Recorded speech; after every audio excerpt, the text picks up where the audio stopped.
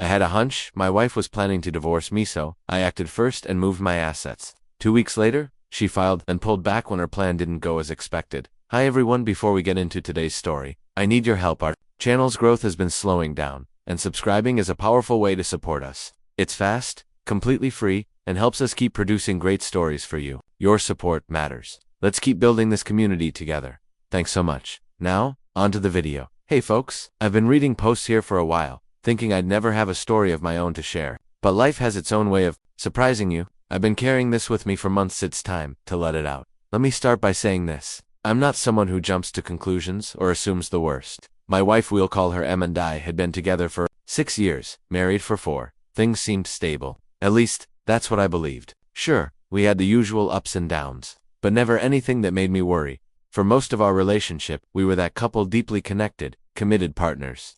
We shared inside jokes that no one else understood, argued over movie choices, fell into a rhythm that just worked. She'd plan these elaborate date nights, and I'd surprise her with her favorite takeout after a rough day. It all felt natural, like we had love figured out, which is why what happened hit me so hard. It started slowly about 6 months ago. At first it was little things you'd miss if you weren't paying close attention. Suddenly she was taking her phone everywhere, events just to the kitchen or while folding clothes. Before, her phone would sit for hours untouched on the coffee table. She never cared if I picked it up. I joked once, "What are you running now, a secret spy network?" She laughed and said, "No, work's just been emailing a lot lately." Okay, fair enough. But days later, she added a password to her phone, something she'd never done. When I casually asked why, she muttered something vague about hackers and security. I didn't push, it didn't want to seem paranoid, but it didn't sit right then. Came the calls. Ones she'd suddenly take outside the room. Her phone would ring, and she'd say, "Let me take this quickly," before stepping into the bedroom or out on the porch. When I asked who it was,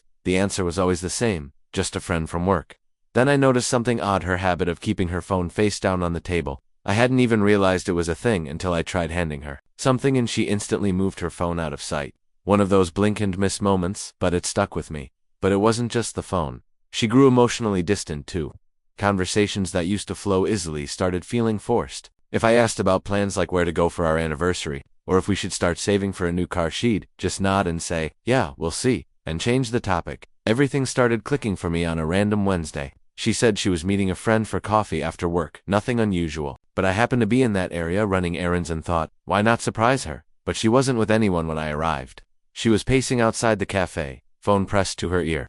I stayed in the car, something about her posture and tone feeling serious. I didn't mean to eavesdrop, but I heard snippets like "it's almost ready" and "starting fresh soon."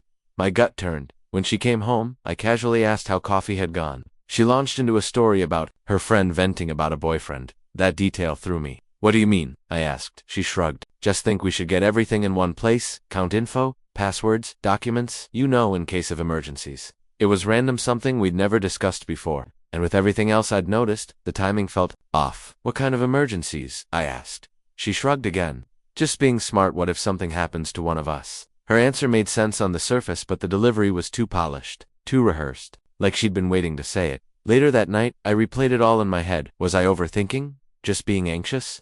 But then I remembered the calls, the strange conversation at the cafe, and how distant she'd been. It started forming a picture, and I didn't like what it showed. Still, I didn't do anything. Until a few days later, when she brought up finances again. We were in the kitchen. I was making a sandwich, and she asked, "Did you think more about organizing the bank stuff?" I put the knife down. "Okay, what's going on?" I asked, lightly but firmly. "You've been bringing up money a lot. Do we need to talk about something?" She looked up from her phone, surprised I'd called her out. "No, nothing's wrong," she replied too quickly, then gave a vague reason again. It didn't feel like a suggestion anymore. It felt planned, but I still didn't know what for. So the next day, while she was at work, I checked our joint account, and what I found made my stomach twist. Small withdrawals over the past month. Nothing major, but enough to catch attention. The money wasn't for bills or anything routine. I didn't confront her, but I knew I had to be ready. I reached out to a trusted old friend from college. He's a lawyer. I explained everything carefully, trying not to sound paranoid. His response? "You're not crazy for being cautious. If you're concerned about your assets, now's the time." He walked me through the steps to protect myself, just in case it felt extreme, like I was bracing for something awful without knowing exactly what.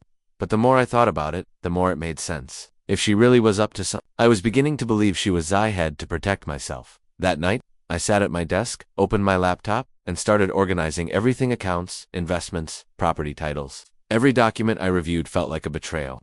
But a voice, in my head kept reminding me, this was about survival, not revenge. I called my mother, told her I needed help. Just hang on to some things for me. It's nothing bad, just protection. She paused. Are you okay? Yeah, I lied. Just being careful. She didn't press, but agreed. Her support grounded me. By the time M came home, everything had been moved. Our house, the savings, investments, all under my mother's name, in a secure, uncontestable trust. I left just enough in the joint account to keep appearances. She didn't notice. Over the next few days, I acted like nothing had changed. She seemed cheerful, more affectionate even, but it only made me more uneasy.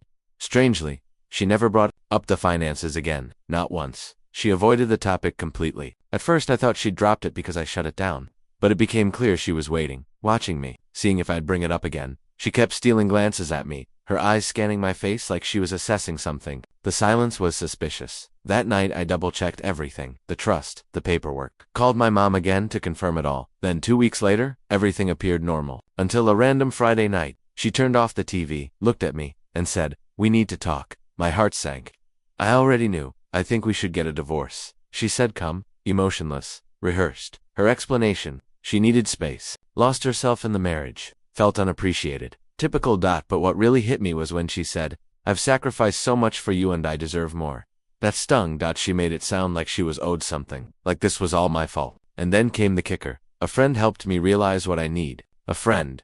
That word carried weight. She didn't just decide this on her own. Someone had been whispering in her ear, prepping her, fueling her resentment. And suddenly, her whole narrative made sense. This wasn't about us growing apart. This was a plan. One I wasn't supposed to see coming, but I did. To be continued.